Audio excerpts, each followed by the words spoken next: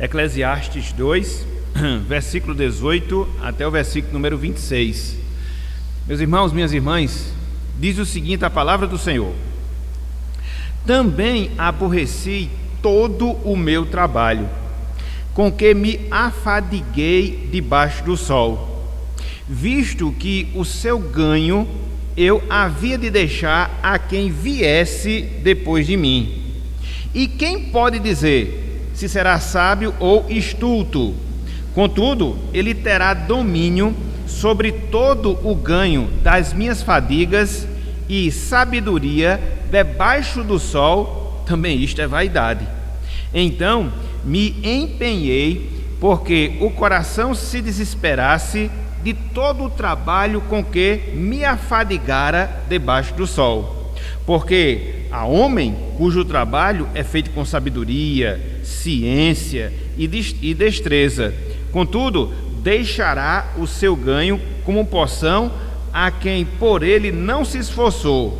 Também isto é vaidade e grande mal. Pois que tem o homem de todo o seu trabalho e da fadiga do seu coração, em que ele anda trabalhando debaixo do sol? Porque todos os dias são dores, e o seu trabalho desgosto. Até de noite não descansa o seu coração, também isto é vaidade. Nada melhor para o homem do que comer, beber e fazer que a sua alma goze o bem do seu trabalho. No entanto, vi também que isto vem da mão de Deus. Pois, separado de Deus, quem pode comer ou quem pode alegrar-se? Porque Deus dá sabedoria, conhecimento e prazer ao homem que lhe agrada, mas ao pecador dá trabalho, para que ele ajunte e amontoe, a fim de dar àquele que agrada a Deus. Também isto é vaidade e correr atrás do vento. Até o versículo 26, que o Senhor nos abençoe e que Ele aplique a porção lida da Sua palavra em nossas mentes, em nossos corações. Amém. Meus irmãos, minhas irmãs, não sei se vocês já pensaram, não sei se vocês já analisaram, mas há coisas na vida que são contraditórias e boas ao mesmo tempo. Há coisas na vida que são contraditórias e boas ao mesmo tempo. E aí a gente pode citar vários exemplos, a gente pode citar vários casos. Eu pensei em um em especial nessa primeira parte da nossa palavra, que é o quê? O exemplo do agridoce. O exemplo do agridoce. Se você considerar, se você meditar bem, é meio sem sentido, mas quando você mistura o doce com o salgado, quando você mistura o doce com alguma coisa ácida, isso produz, se vocês já experimentaram, vocês vão perceber isso, receitas que são deliciosas, aprazíveis e são tão boas ao nosso paladar. Coisas distintas, coisas diferentes, coisas contraditórias, mas em si são boas, pelo menos particularmente falando, eu gosto muito. Nada melhor do que você fazer ali um molhinho de mostarda com mel, dá um sabor todo especial. Você fazer essa mistura de sabores. Cadê Duda Lima? Duda Lima? É ou não é? É ou não é? Ah, tá dando aula, né? Então é bom demais. Falar de comida é complicado. Mas veja, não só essa questão do agridoce que eu exemplifiquei, como uma comprovação desse fato, de coisas contraditórias e que ao mesmo tempo elas são boas, elas nos satisfazem. Se você pensar mais longe, se você pensar mais abrangente, um outro exemplo que a gente pode citar também nessa palavra introdutória é o exemplo do trabalho, dos nossos afazeres, das nossas obras, das nossas responsabilidades aqui nesse mundo. Irmãos, irmãs, por um lado, o nosso trabalho aqui nesse mundo, ele é árduo e ninguém nega isso. O nosso trabalho aqui nesse mundo exige tempo, o nosso trabalho aqui nesse mundo exige esforço, o nosso trabalho aqui nesse mundo exige dedicação. Não é sem motivo, irmãos e irmãs, que para muitos acordar toda segunda-feira para trabalhar é um castigo, é uma penalidade. Estou falando isso de maneira geral. É interessante que me veio à mente, e na verdade eu tinha até lido no material acerca desses estudos que nós estamos preparando no livro Filtro Solar, que foi até indicado aí para os irmãos. E aí, Emílio Garófalo, ele faz uma citação que aí eu me lembrei e vi que realmente se encaixa perfeitamente, que é do personagem Seu Madruga. Aqui quem é da década de 80, da década de 90, com certeza vai se lembrar. Ele tem uma frase que é muito clara e que de certa forma confirma isso que nós estamos falando. Ele dizia o seguinte: não existe trabalho ruim, não existe trabalho ruim. Ruim é ter que trabalhar. Ruim é ter que trabalhar. Então, existe esse pensamento, existe essa cultura que, de certa forma, as pessoas não gostam de desenvolver as suas atividades por essas razões que anteriormente nós falamos. Exige tempo, exige esforço, exige dedicação. E dentro de uma sociedade como nossa, aqui no caso a sociedade brasileira, onde vigora a lei que nós chamamos do menor esforço, isso é muito característico, isso é muito marcante. E aqui me vem outra frase de Confúcio, que era um filósofo chinês que viveu ali século IV, século V a.C. Ele diz o seguinte: se você arranjar alguma atividade que seja deleitosa para a sua alma, nunca você vai trabalhar durante a vida. Então, mostrando justamente isso, entendeu? Que o trabalho ele tem essa característica de desgaste, de esforço, a necessidade de dedicação, enfim, por isso que, por um lado, a gente vê esse aspecto negativo relacionado ao trabalho. Mas aí existe o outro lado da questão. Ao mesmo tempo, o trabalho, meus irmãos, o trabalho, minhas irmãs, é algo gratificante. O trabalho, ele é algo gratificante. Por quê? Porque a gente se considera útil dentro da sociedade. Quando você tem um trabalho, quando você tem uma ocupação, isso naturalmente vem à sua mente, ao seu coração. Eu estou sendo útil dentro da sociedade, do mundo no qual eu estou vivendo. Mas não só isso, o trabalho ele é grato, porque quando você vê a importância daquilo que você realiza, daquilo que você desenvolve, então você fica agradecido por isso. E mais ainda, o trabalho é gratificante porque é através dele que você sustenta a sua vida no cumprimento das suas obrigações. Então, estão vendo essas distinções que muitas vezes são admiráveis em relação à nossa vida? Então, o trabalho ele vai se encaixar nessa regra. Ele é árduo, por um lado, mas também, por outro lado, ele é gratificante.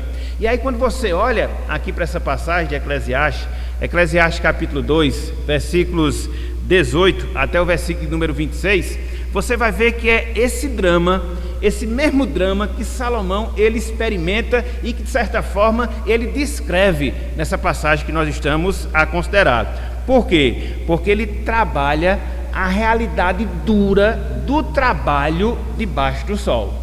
Salomão ele trabalha a realidade dura do trabalho debaixo do sol. De um lado, Salomão ele vê o trabalho como algo penoso, como algo frustrante, e a gente vai ver isso ao longo do nosso estudo. E por outro lado, Salomão também entende que o trabalho, as nossas atividades, os nossos labores, eles proporcionam frutos que promovem prazer e alegria para as nossas vidas. Não é contraditório, meus irmãos? Não é contraditório, minhas irmãs? Então você enxerga tudo isso aqui na palavra de Salomão. Esse drama, ou seja, de um lado ele vê, o trabalho é duro debaixo do sol, mas por outro lado também ele fala, o trabalho proporciona prazer e alegria à nossa vida ao longo da nossa peregrinação aqui neste mundo. Então, nessa manhã de hoje, com a graça de Deus, com a graça do Senhor, eu queria que nós trabalhássemos o seguinte tema, o seguinte assunto: a dura bênção do trabalho. A dura bênção do trabalho. E o título ele foi contraditório de propósito, para que a gente possa assim ver essas contradições aqui, entre aspas, de Salomão. O duro, melhor dizendo, a dura bênção do trabalho. Então, o que é que a gente vai fazer na manhã de hoje? Com base aqui nesse texto, e olhando também outras passagens da palavra, a gente vai considerar três pontos. Em primeiro lugar, eu queria que nós víssemos a frustração promovida pelo nosso trabalho aqui nesse mundo. Em segundo lugar, eu queria que nós considerássemos a dor gerada pelo nosso trabalho aqui nesse mundo. E por fim, eu queria que nós víssemos a visão cristã do trabalho, a visão acima do sol que nós devemos ter em relação ao trabalho. Então, 3 pontos, 3 divisões para a gente discorrer com base nesse texto. E aí depois, no final, a gente aqui abre para os irmãos para que a gente possa debater, perguntar, considerar e assim fazer uma aula mais participativa, ok? Então, vamos lá, vamos começar a trabalhar, vamos lá, vamos começar a destrinchar esses pontos que nós temos aqui diante de nós. Então, qual é o primeiro ponto? Conforme nós falamos, a frustração promovida pelo trabalho. A frustração promovida pelo trabalho. Irmãos, irmãs, acompanhe por favor aí a leitura dos versículos 18 e também o versículo número 19. Eclesiastes capítulo 2, versículos 18 e também o versículo de número 19. Olha só o que Salomão aqui nos ensina. E aqui a gente vai considerar esse item, a frustração promovida pelo trabalho. Ele diz: também aborreci todo o meu trabalho, com que me afadiguei debaixo do sol, visto que o seu ganho eu havia de deixar a quem viesse depois de mim. Versículo 19. E quem pode dizer se será sábio ou estulto? Contudo, ele terá domínio sobre todo o ganho das minhas fadigas, e sabedoria debaixo do sol, também isto é vaidade. O que é que a gente encontra aqui, meus irmãos? O que é que a gente percebe aqui, minhas irmãs, nesses dois versos que nós acabamos de ler? Versículo 19, olha dizendo, versículo 18 e versículo de número 19. Aqui nós observamos Salomão expressando, afirmando, falando o desgosto dele, Salomão, desgosto que ele sentia pelo fato dele não aproveitar o fruto do seu trabalho e deixar o fruto do seu trabalho para outra pessoa que não havia se esforçado em nada para adquirir aquele fruto, ou seja, o fruto do seu trabalho. Em resumo, esse é o drama de Salomão.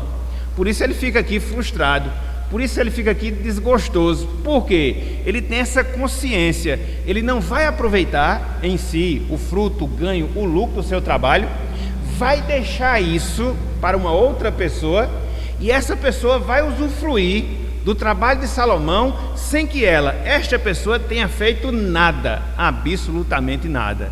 Salomão raciocina sobre esse ponto, ele avalia essa situação e esse desgosto, essa frustração acabam sendo gerados no seu coração. É interessante, meus irmãos, é interessante, minhas irmãs, a gente vê essa profunda amargura que Salomão ele sente ao escrever essas palavras. Essa palavra que nós temos aí, aborreci, que Salomão usa logo no versículo 18, só para os irmãos terem uma ideia, só para as irmãs terem uma ligeira noção, literalmente falando, essa palavra aborreci aqui significa odiei. Se a gente pudesse aqui fazer uma tradução mais literal, a gente podia dizer justamente isso. Salomão falando, também odiei todo o meu trabalho. Então, Salomão chegou a essa conclusão.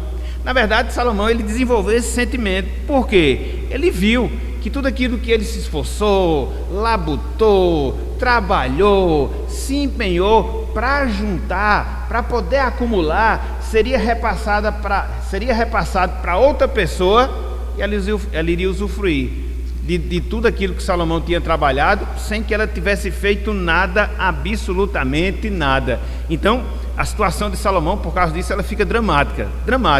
Mas não só isso. Salomão ele fala aqui não só dessa frustração pelo fato de trabalhar, não usufruir em si do fruto do seu trabalho, passar para outro, mas aí ele toca no outro assunto também aqui nesse verso, que era justamente acerca da dúvida que existia.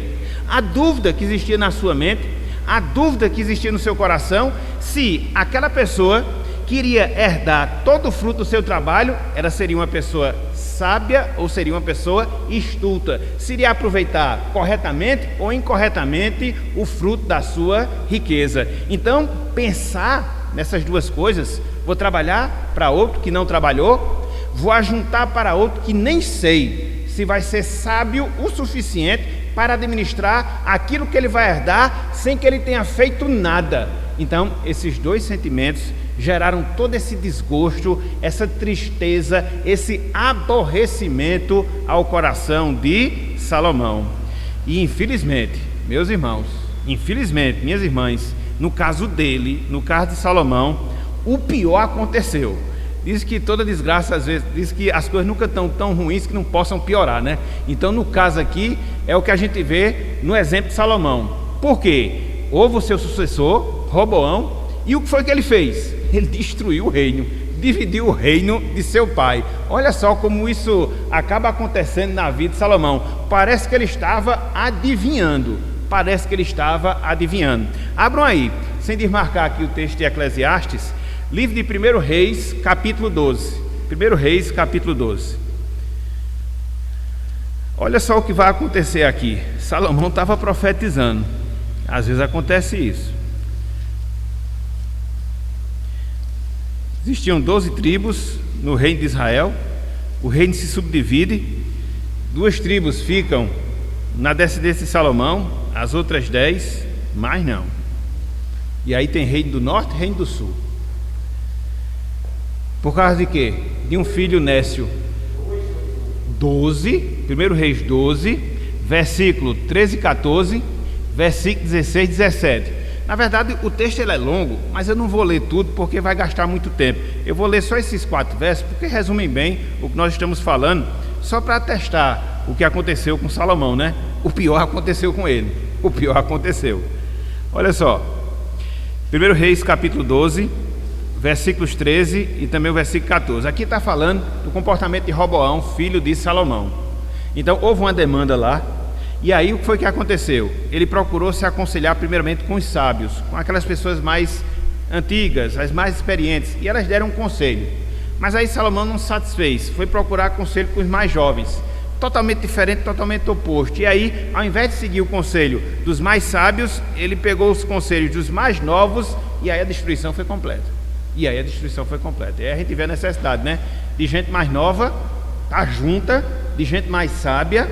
Para quê? Para poder ser maduro. Jovem que só vive com jovem não vai aprender maturidade. Então a gente só aprende maturidade com quem é maduro. Logo, a gente tem que se relacionar com pessoas mais maduras do que nós. Que o exemplo claro que a gente vê na palavra. Isso serve para homem, isso serve também para as mulheres. Se quer ser sábio, ande junto com o sábio. Porque é aquele negócio. Quando você se junta com pessoa que não tem sabedoria, você vai ser nécio também. Então olha só o que acontece, ó. Versículo 13. A resposta que Roboão dá, né, a demanda que havia sido solicitada a ele.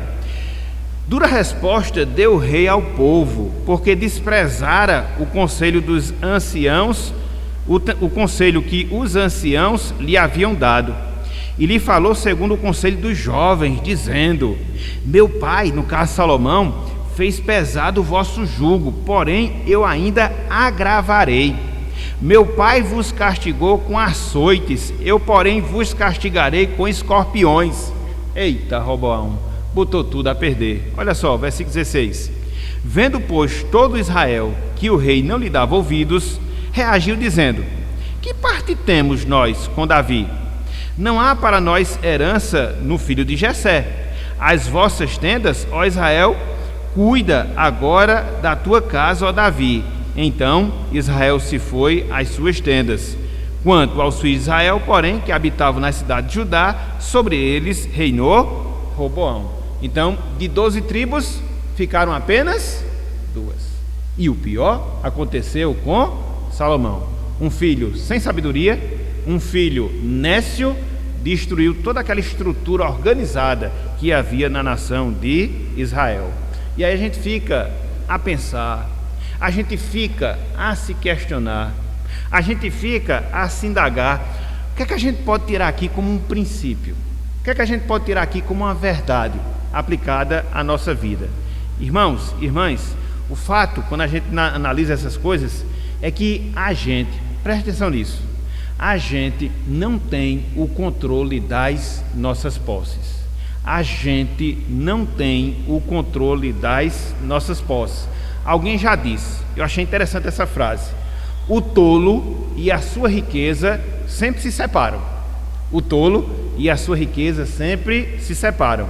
Às vezes bastam 2, no máximo 3 gerações para que tudo aquilo que foi adquirido com trabalho, com esforço, com esmero, com dedicação, com suor, com lágrimas, ser destruído pelos descendentes. Às vezes não demora muito não. Vem uma primeira geração, já perde um pouco, vem uma segunda, quando chega a terceira, não tem mais nada, se acabou tudo, se destruiu tudo. A grande questão que a gente aprende, que é uma norma que a gente vê para a nossa vida, é que mais cedo ou mais tarde, outras pessoas virão e destruirão tudo aquilo que a gente adquiriu. Outras pessoas virão e destruirão tudo aquilo que a gente adquiriu. E isso independe de qualquer pessoa. Independe de qualquer pessoa. Se você teve dedicação ou não ao seu trabalho, a depender do ramo da sua atividade, esse é um princípio que fica marcado. Porque veja o que Salomão fala no versículo 21. Avança um pouco aí. Eclesiastes 1, 21. Olha só o que ele diz. Porque há homem, veja, cujo trabalho é feito com sabedoria, ciência, destreza. Contudo, deixará o seu ganho como poção a quem por ele não se esforçou. Também isto é vaidade, grande mal. Quem diz é a palavra, meus irmãos, não sou eu. Quem diz as escrituras sagradas, não sou eu. Ah, mas eu me empenhei. Ah, eu fui sábio. Ah, eu fui diligente. Mas muitas vezes seu filho não é. E aí quando ele herda aquilo que você deixou, o que é que ele faz? Destrói. Puxa pela mente, famílias que tinham um determinado negócio, e aí quando os pais morreram, foi o que aconteceu com o negócio? Evaporou, acabou, destruiu. Por quê? Falta de sabedoria dos filhos. Não é novidade. Por que não é novidade? Porque a gente já vê esse princípio sendo colocado aqui por Salomão. Então, a grande verdade é essa. Eu, você, nós, a gente não tem controle sobre as nossas posses. Mesmo que você tenha, durante a sua vida, mesmo que você tenha, durante a sua existência aqui na terra, depois que você morrer, fique certo de uma coisa: se não for seu filho, vai ser seu neto. Se não for seu filho, se não for seu neto, vai ser seu bisneto. Mas sempre vai aparecer um abençoado e vai destruir tudo. Pegando aqui a expressão do seu beabá, aparece um abençoado e destrói tudo, mas destrói mesmo. Ele não fez nada, ele não trabalhou nada, ele não se esforçou nada, mas ele vai ser o responsável por destruir tudo. E aí o tempo vai dizer, vai ser perdido todo o esforço, vai ser perdido todo o trabalho. E aí, o que é que fica de lição para nós? O que é que fica de lição para nós?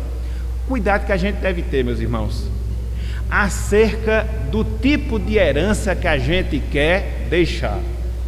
O cuidado que a gente deve ter acerca do tipo de herança que a gente quer deixar. Às vezes a gente escuta os pais, né? Não, eu tenho que trabalhar muito. Para quê? Para deixar algo para meus filhos. E aí trabalha, acaba que não tem um compromisso firme com Deus, foca nos valores materiais e não nos valores espirituais, morre. O filho vem sem sabedoria, o filho vem sem entendimento e destrói tudo. Por quê? Você focou apenas em herança material e deixou de lado a mais importante das heranças. E qual é, meus irmãos, qual é, minhas irmãs, a mais importante herança que a gente deixa aos nossos sucessores? Qual é?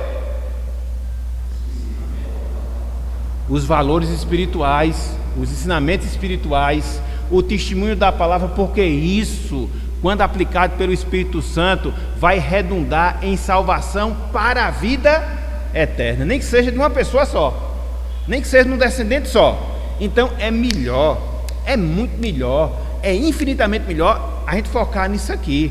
Não estou dizendo que seja errado você trabalhar para deixar alguma coisa para os seus filhos, você pode fazer. Agora, o que eu estou colocando aqui é em termos de prioridade, porque se prioriza muito essa questão material, de deixar uma boa herança, de deixar boas condições, e não se tem a mesma intenção em relação às coisas espirituais, de nada vale. Porque uma pessoa rica, sem sabedoria, mais cedo ou mais tarde, ela vai destruir toda a riqueza que porventura você tenha deixado para ela. Veja na internet depois, essa semana eu estava colocando, né? Pessoas que perderam tudo. Eu fiquei pensando assim, milhões, bilhões, como é que a pessoa tem essa capacidade, hein? Como é que a pessoa tem essa capacidade? Tem vários casos, fora e dentro do Brasil, que a gente fica assim, boquiaberto. Como é que um ser humano tem uma capacidade dessa de em pouco tempo destruir toda uma fortuna? Não sei o que foi que fez, rasgou dinheiro, só se for, porque não tem condições. Mas acontece, meus irmãos, acontece, minhas irmãs. Então, tenhamos cuidado. Se você quer deixar uma herança para seu filho, e que seja uma herança importante, que seja uma herança de valor, deixe os valores espirituais, deixe os valores da palavra, deixe o bom testemunho de você ter sido um crente dedicado, zeloso, consagrado, fiel, a sua participação na igreja, o seu envolvimento na obra do Senhor, para que seus filhos vejam o seu exemplo, cheguem e digam: eu quero seguir o exemplo do meu pai, eu quero seguir o exemplo da minha mãe. Isso sim é herança que vai passar de geração em geração e vai refletir na eternidade. Olha só um exemplo que a gente tem na palavra. Abram aí, 2ª carta de Timóteo. Aqui para as avós, mas serve também para todos nós que somos pessoa. Olha só, o exemplo de Timóteo. Olha que coisa linda. Olha só o que a gente observa aqui, Isso aqui é que é herança, viu? Isso aqui é que é herança. Eu quero deixar um carro para meu filho, uma casa, manda ele trabalhar e conseguir. Vai ensinar a palavra a ele, isso aqui é importante. Você começou sem nada, que ele comece sem nada e adquira, entendeu? E aí ele vai aprender a dar valor. Olha só, 2 Timóteo capítulo 1. Dizem que tudo aquilo que a gente dá de mão beijada não é valorizado, né? E é uma verdade. Quando você dá de mão beijada, a pessoa não trabalha nada, não quero nem saber, entendeu? Destrói. Não, vá trabalhar. Suor, para se esforçar, e aí você vai ver o valor do seu trabalho. Olha só, 2 Timóteo capítulo 1, versículos 3, 4 e 5. 3, 4 e 5. Olha só o que Paulo fala, Dou graça a Deus, a quem desde os meus antepassados sirvo com consciência pura, porque sem cessar me lembro de ti nas minhas orações dia e noite. Paulo se dirigindo a Timóteo, seu filho na fé. Olha só o que Paulo vai falar. Veja, versículo 4. Lembrado das tuas lágrimas, estou ansioso por ver-te, para que eu transborde de alegria. Agora, versículo 5. Pela recordação que guarde tua fé sem fingimento, a mesma que, ou seja, a fé, primeiramente habitou em tua avó Lóide e em tua mãe Eunice, e estou certo de que também em ti. Uma fé que passou de geração para geração. Vó, mãe, filho. Meus irmãos, isso aqui é que é herança. Isso aqui é que é herança. Então se preocupe com isso. Se preocupe em deixar esse tipo de herança. Se você puder deixar outra, tudo bem, ninguém vai morrer por causa disso. Agora, priorize deixar a boa herança para os seus filhos, para que você não fique frustrado. Você se esforçou, gastou seu tempo, empenhou todo o seu esforço, não aproveitou. Veio o outro depois de você que não fez nada, destruiu tudo. Foi que houve no final? Nada. Ok, meus irmãos? Então, primeiro ponto, a frustração promovida pelo trabalho. Trabalhar, acumular uma grande herança, deixar para quem não fez nada, e esse que não fez nada destruir tudo aquilo que você se esforçou. É frustrante. E Salomão chega a essa conclusão. Contudo, há um segundo ponto que eu queria trabalhar aqui com vocês, que é o quê? A dor gerada pelo trabalho. A dor gerada pelo trabalho. Vejam aí, Eclesiastes 2. Voltem novamente para Eclesiastes 2. Vamos ler o versículo 20, depois a gente pula para o versículo 22 e o versículo 23, ok? 20, 22 e 23. Olhem só aqui o que nos diz a palavra do Senhor. Eclesiastes 2, 20, 22 e 23. Versículo 20. Salomão ele fala: Então me empenhei, porque o coração se desesperasse de todo o trabalho com que me afadigara debaixo do sol. Versículo 22. Pois que tem um homem de todo o seu trabalho e da fadiga do seu coração, em que ele anda trabalhando debaixo do sol. Verso 23. Porque todos os seus dias são dores, e o seu trabalho desgosto. Até de noite não descansa o seu coração. Também isto é vaidade. Irmãos, que depoimento que Salomão dá aqui, hein? Que depoimento que Salomão dá aqui. E o que é que ele fala aqui nesses versos? O que é que ele fala aqui nessas palavras? Ele expressa o sofrimento imposto pelo trabalho às nossas vidas. O sofrimento imposto pelo trabalho, a dor imposta pelo trabalho às nossas vidas. É interessante, porque se você analisar esses versos, você vai observar que a gente sofre por causa de trabalho de três formas, de três maneiras, em três aspectos. Em primeiro lugar, o trabalho gera em nós um sofrimento emocional. Em primeiro lugar, o trabalho gera em nós um sofrimento emocional. No versículo 20, Salomão diz: coração se desesperasse. A ideia dessa expressão aqui, irmãos e irmãs, no hebraico, é de alguém que está desesperado. Desesperado. É de alguém que se vira para o outro lado, angustiado, triste, e chora, chora, chora, chora também no seu íntimo. Então, essa foi a conclusão a que chegou Salomão. Se entristeceu com o trabalho, se desgostou. E aí você pergunta, por que a gente se desgosta em relação ao trabalho? Existem várias razões, existem vários motivos. Às vezes a gente fica pensando, será que meu trabalho vai valer a pena? Ou não? Será que eu vou conseguir desenvolver aquilo que eu quero desenvolver? Será que as pessoas vão entender o meu esforço no meu trabalho, na minha repartição? Porque às vezes é complicado, né? Você tem uma visão acerca das coisas, você quer fazer o negócio andar, aí tem 30 que fica puxando o negócio para trás, né?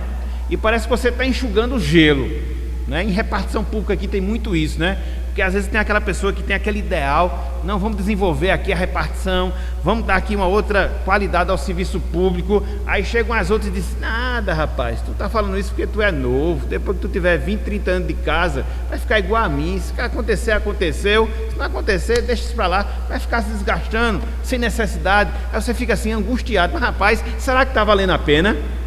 Não é que acontece isso. Eu falei de serviço público, mas isso acontece em qualquer realidade. E aí você fica pensando, será que o meu esforço vai produzir o ganho que eu estou intentando? De dar uma certa estabilidade financeira para a minha vida? De deixar alguma coisa para os meus descendentes?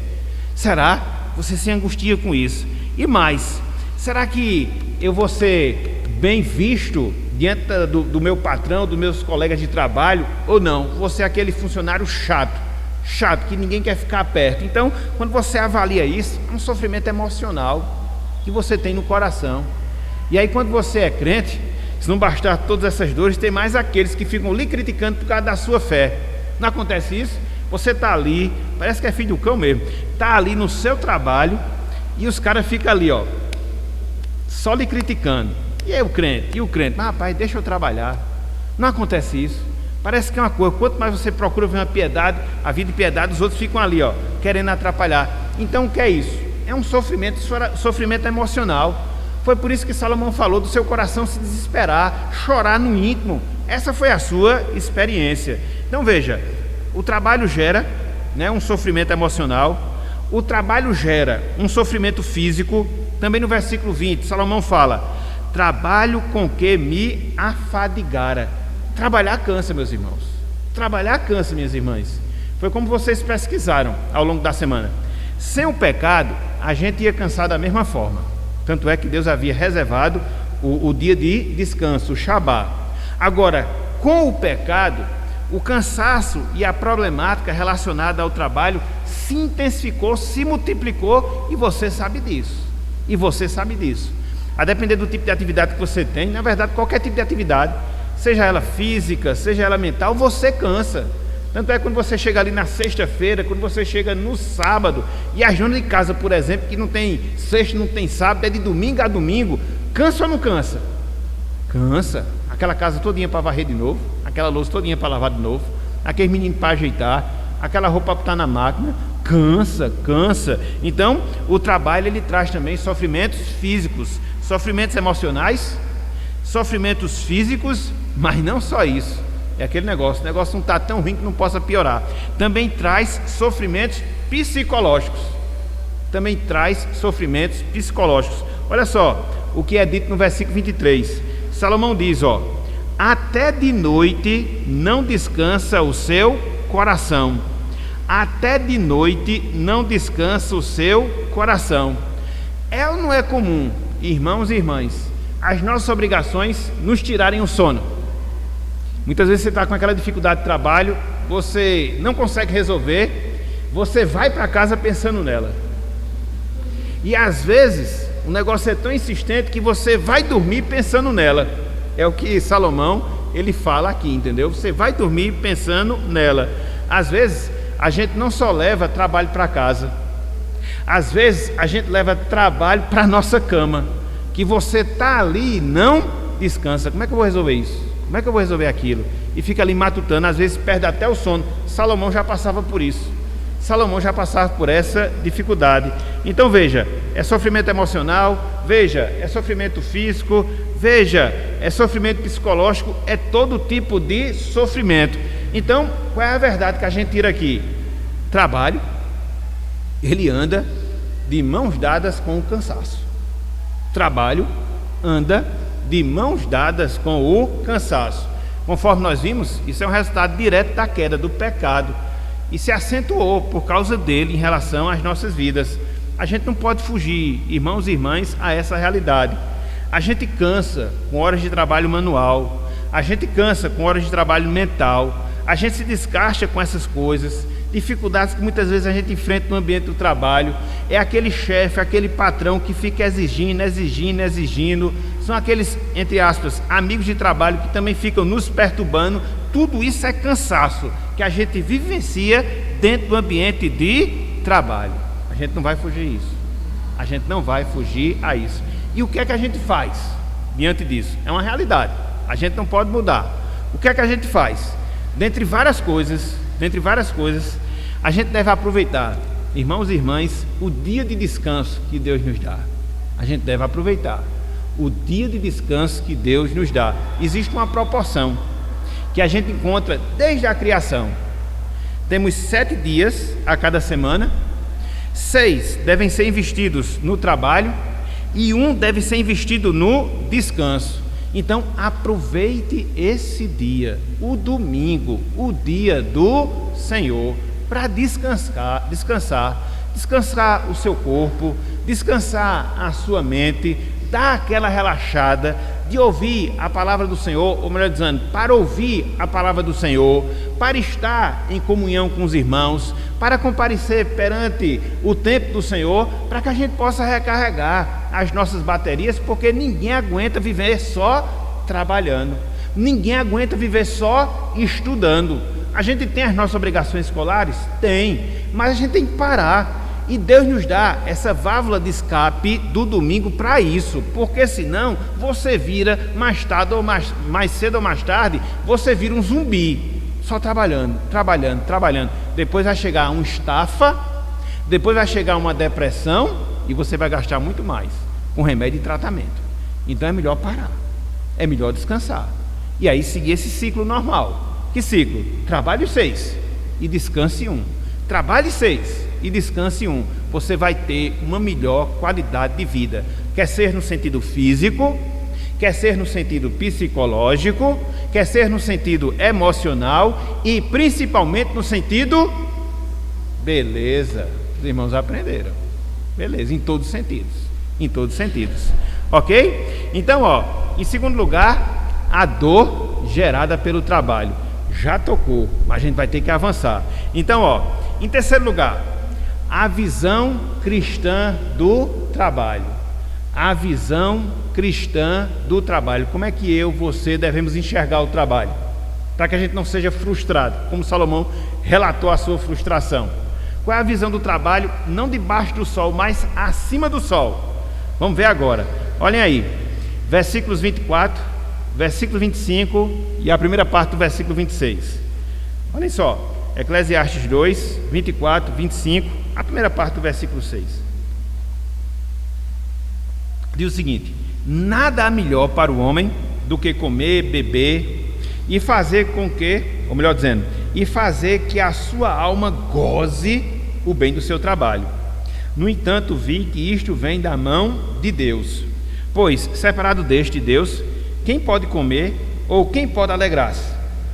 Porque Deus dá sabedoria, conhecimento e prazer ao homem que lhe agrada. Só uma correção, né? O versículo 25 não é uma pergunta não. pois separado deste, quem pode comer ou quem pode alegrar-se? Então, o que é que a gente vê aqui nesses versos? Versículo 24, 25, a primeira parte do versículo 26. Salomão, ele muda o quadro que ele estava pintando. E se antes os tons eram tons escuros, agora o quadro que ele pinta do trabalho assume tonalidade mais colorida. Tonalidade mais colorida. Por quê? Antes ele havia transmitido uma visão pessimista do trabalho, frustrante o trabalho. O trabalho me dá dor, o trabalho não vai ser aproveitado por mim e sim por outro, que vai destruir tudo aquilo que eu conquistei. E aí o que é que Salomão faz? Ele traz agora a visão acima do sol sobre o trabalho, a visão de Deus acerca do trabalho, o entendimento que nós, enquanto servos de Deus, devemos ter em relação aos nossos afazeres aqui neste mundo. Então Salomão, ele chega pelo menos a duas conclusões. Então, quais são as duas conclusões, os dois entendimentos aos quais chegam aqui Salomão em relação ao trabalho? Em primeiro lugar, Salomão vê que o trabalho é um dos meios para que nós possamos alentar a nossa alma. Salomão vê que o trabalho é um dos meios para nós alentarmos a nossa alma. Olha só o que ele fala no versículo 24. Nada melhor para o homem do que comer, beber e fazer que a sua alma goze o bem do seu trabalho. Irmãos, irmãs, trabalho não é um fim em si mesmo, mas o trabalho é uma das formas, veja, o trabalho é uma das formas mediante a qual alegramos o nosso coração.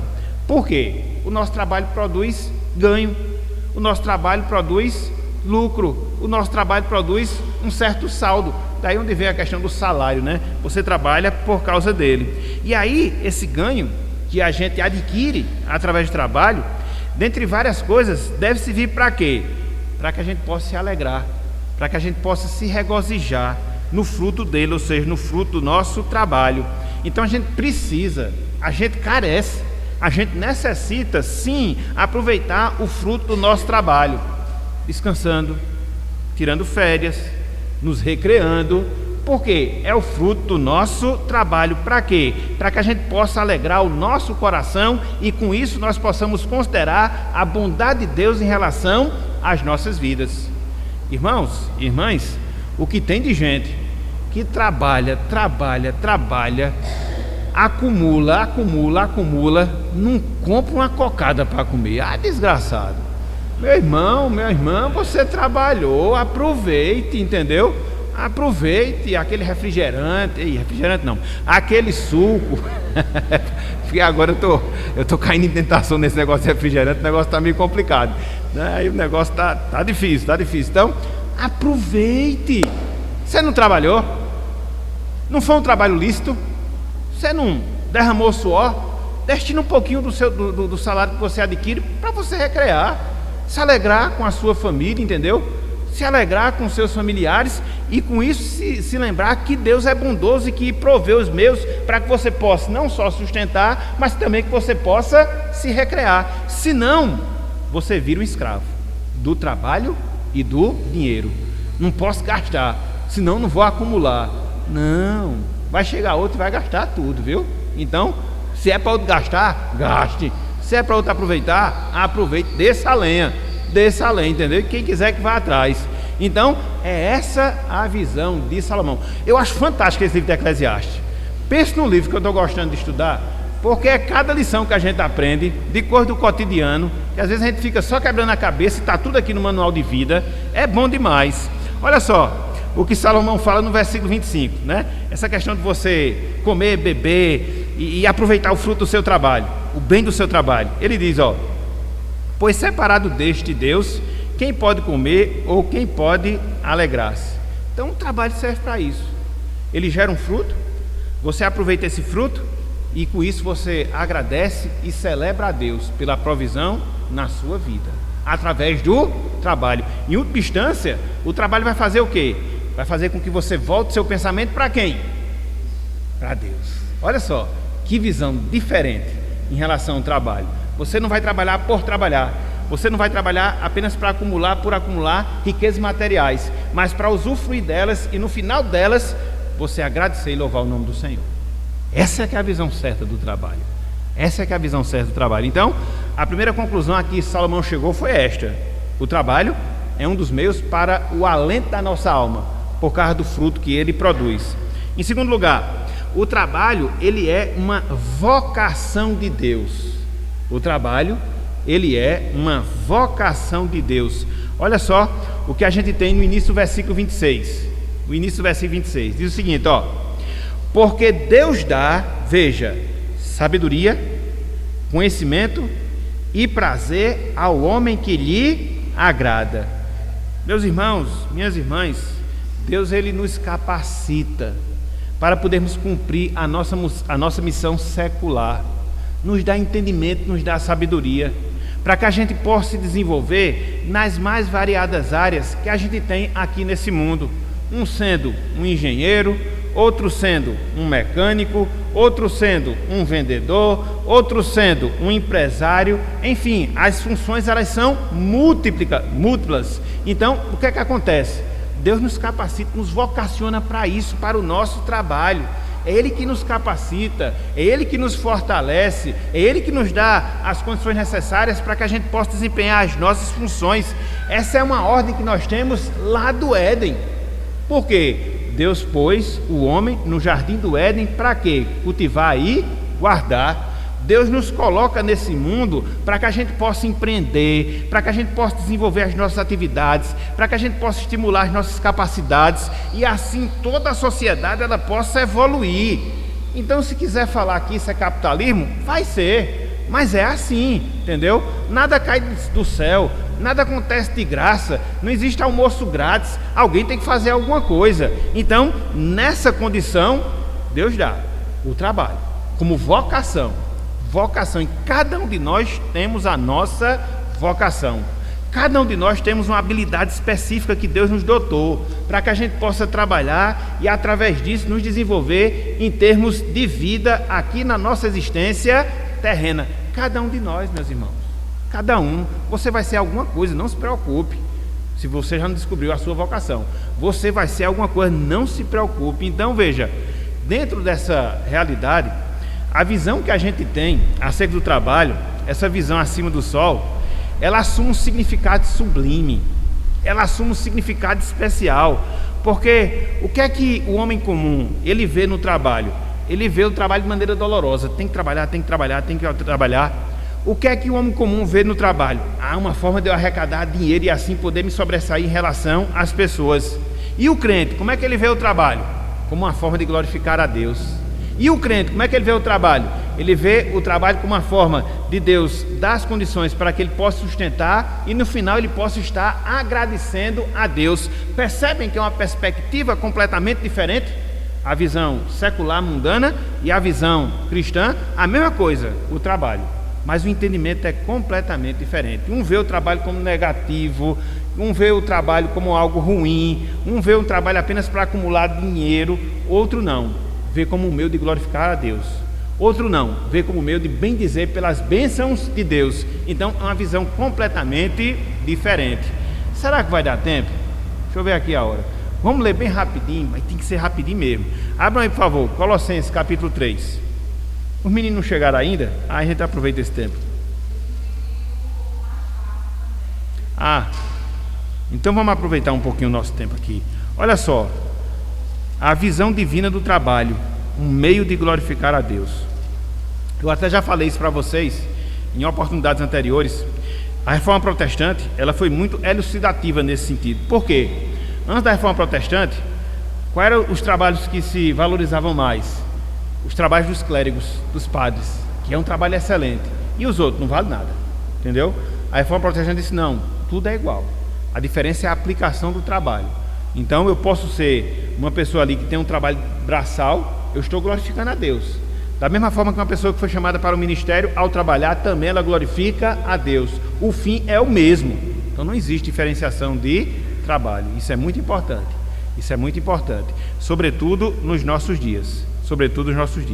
Olha só o que Paulo fala aos Colossenses, capítulo 3, versículos 22 até o versículo número 24. Olha só: servos, Obedecei em tudo ao vosso Senhor, segundo a carne, não servindo apenas sob vigilância, visando tão somente agradar a homens, mas com singeleza de coração, temendo ao Senhor. Faça seu trabalho aqui como se fosse um culto a Deus. Faça seu trabalho aqui temendo ao Senhor. Na minha repartição? Sim. No meu negócio? Sim. Todo canto, faça temendo ao Senhor. Não para agradar o chefe, mas para agradar o nosso chefe espiritual. Isso sim, isso sim. Versículo 23. Tudo quanto fizerdes, fazei-o de todo o coração. Como quem? Como para o Senhor e não para homens, cientes de que recebereis do Senhor a recompensa da herança. Finaliza Paulo. A Cristo o Senhor é que estáis servindo. Eu tenho um patrão na terra, devo no Senhor submissão a ele, mas meu patrão superior é quem? É Deus. É por causa dele que eu me levanto toda segunda-feira para trabalhar, porque ele me vocacionou para isso, ele me capacitou para isso, e é através desse trabalho que ele sustenta a minha vida. Então a minha visão muda, meus irmãos. Eu não vou dar satisfação a uma pessoa por dar, eu vou porque eu vou estar agradando ao meu Deus, e lá estarei dando meu testemunho, vivendo como um cristão, glorificando ao Senhor. Essa é a visão que nós devemos ter em relação ao nosso trabalho. Então, como aplicação para nós, a gente deve entender e fazer com que o nosso trabalho ele se volte para Deus, para a sua glória, para a sua honra, porque isso muda completamente a nossa visão. O nosso trabalho ele deve focar na glória de Deus. O nosso trabalho ele deve focar no Senhor, em nós estarmos agradando a Ele, porque quando isso acontece, irmãos e irmãs, alguns benefícios são gerados nas nossas vidas. Primeiro benefício, a gente não valoriza um trabalho em detrimento de outro. Hoje acontece muito isso, né? Não, eu vou ser médico, não, eu vou ser advogado, não, eu vou ser engenheiro. Nada contra se você tem esse desejo, mas você pode glorificar a Deus com qualquer função. Via de regra, a gente quer aquelas funções em que geram um maior status, uma maior projeção, porque no fundo a gente está alimentando o orgulho do nosso coração, e não para agradar a Deus, e não para agradar ao Senhor. Essa visão é importante. Para quê? Para que a gente não seja idólatra quanto aos recursos materiais que a gente adquire através do trabalho, de acumular riqueza, olha aí, o meu trabalho me gera esse dinheiro, me gera esse bem material, para que a gente possa se sobressair em relação aos outros. Não. E mais, quando a gente tem essa visão do trabalho, isso abre espaço para que a gente possa, juntamente com os nossos, glorificar a Deus, agradecer a Deus pelos benefícios que Deus nos dá através do trabalho. Então veja, a visão divina, a visão cristã, a visão acima do sol acerca do trabalho. Fechando aqui a nossa aula, fechando aqui a nossa lição. O trabalho, meus irmãos, o trabalho, minhas irmãs, é um mandato de Deus que ecoa desde a criação. Juntamente com o casamento, juntamente com o dia de descanso, o trabalho ele está intimamente ligado, relacionado à vida humana. Isso não acontece por acaso, porque quando nós estamos trabalhando, nós estamos seguindo os passos de Deus. Lá no Evangelho de João, capítulo 5, versículo 17, o Senhor Jesus Cristo ele falou: meu Pai trabalha até agora e eu trabalho também. Deus é o Deus trabalhador. E através do seu trabalho ele sustenta toda a ordem criada. Através do seu trabalho ele promove a nossa salvação. Através do seu trabalho ele está intervindo continuamente em nossas vidas. Então nós trabalhamos porque o nosso Deus trabalha. Visão do trabalho. Estamos seguindo os seus passos, estamos seguindo o seu padrão. Mas não só isso, nós trabalhamos porque nós estamos seguindo nas pisadas daquele que trabalhou por nós na cruz. E aqui eu me lembro lá de Isaías 53, versículo 11, quando o profeta diz: ele verá o fruto do penoso trabalho da sua alma e ficará. Cristo trabalhou por nós na cruz do Calvário, por isso nós trabalhamos. Veja que a visão é outra do que seja o trabalho. Então que nós encaremos dentro dessa perspectiva, que nós encaremos dentro dessa visão, para que a gente possa ter uma cosmovisão bíblica cristã e que a nossa visão afete o nosso comportamento e a gente possa cumprir a nossa função de de sal da terra, de luz do mundo, dentro de um contexto tão complexo, quando se fala de trabalho, quando se fala de bens materiais, quando se fala de carreira profissional, que a gente possa vivenciar os valores do reino para a glória de Deus e manifestação do seu reino aqui neste mundo. Então que Deus nos abençoe e que Ele aplique a sua santa palavra em nossos corações. Amém.